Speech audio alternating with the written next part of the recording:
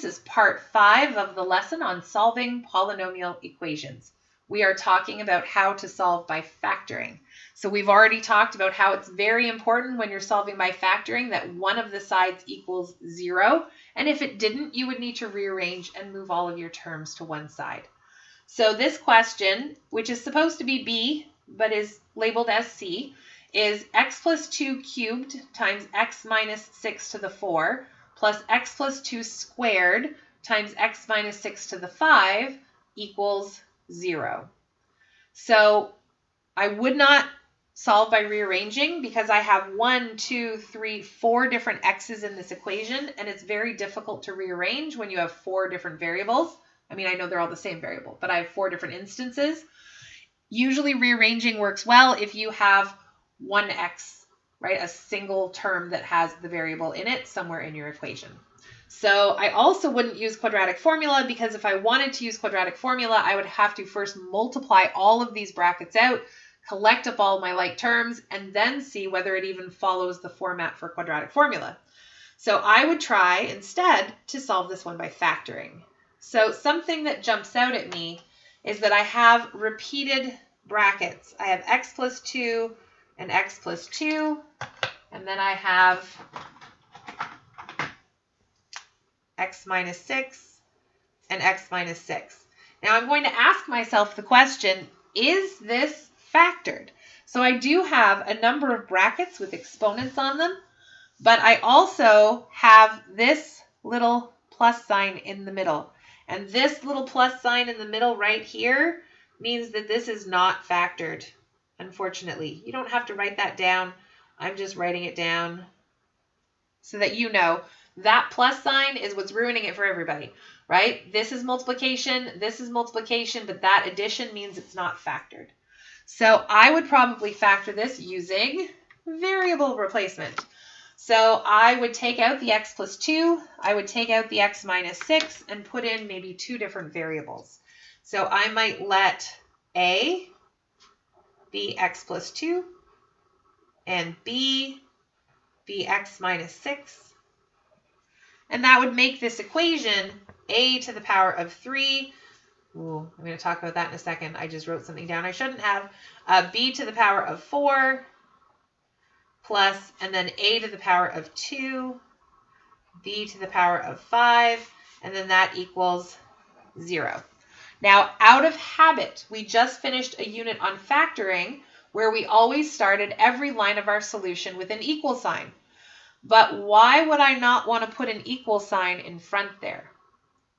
So every equation should only have one equal sign per line.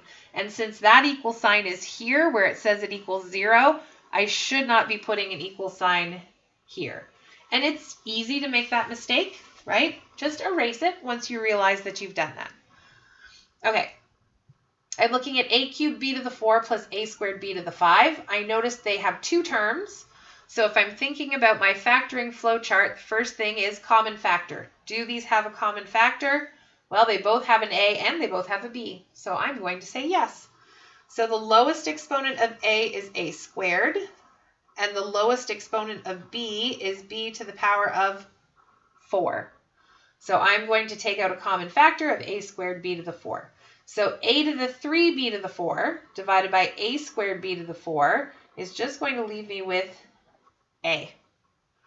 And then a squared b to the 5 divided by a squared b to the 4 is going to leave me with one single b. And then that equals 0.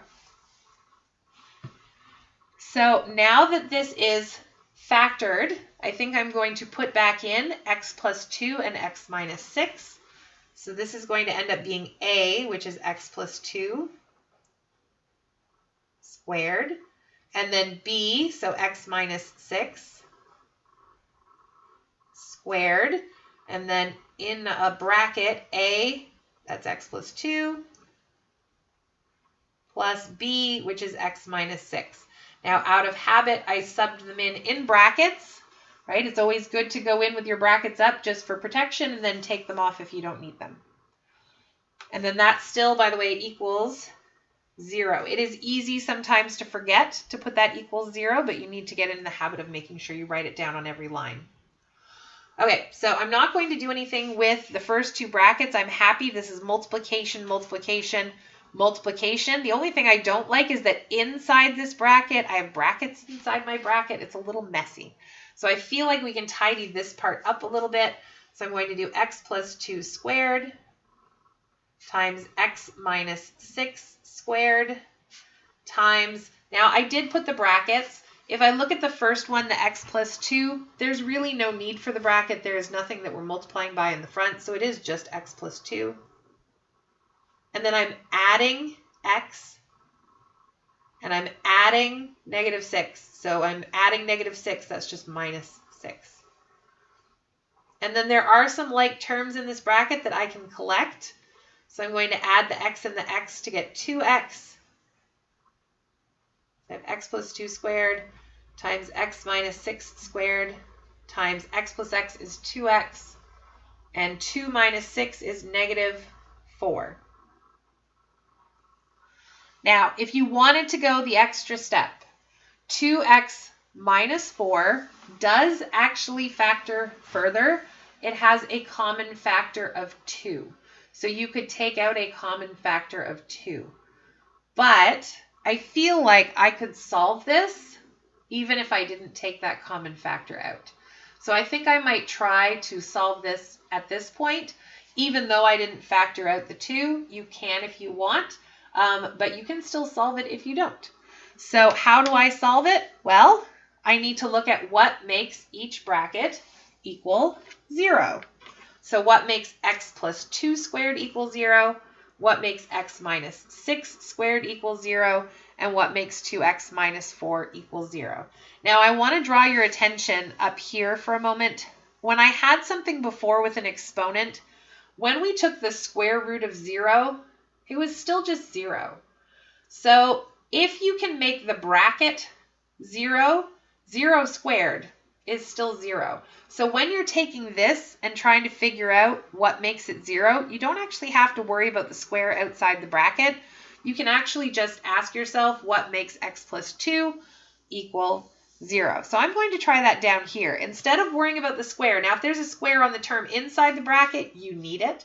But when the square is just outside the bracket, if I can make x plus 2 equal 0, then that squared is still just 0. Then x minus 6, what makes that 0? And then 2x minus 4, what makes that 0? Well, x plus 2, I would subtract 2 from both sides to get x equals negative 2.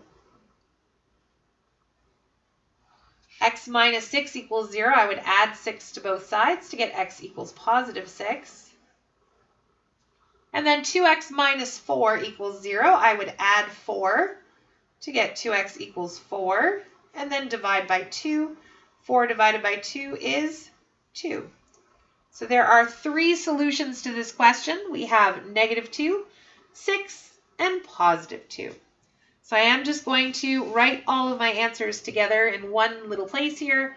I'm going to say, therefore, x equals negative 2, 6, and 2. Now, some people like to write their numbers in numerical order.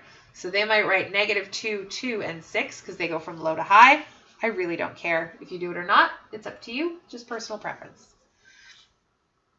Okay, so I will see you in the last part of the video next. Sorry, our last part, which is the next video, and we will do our last question.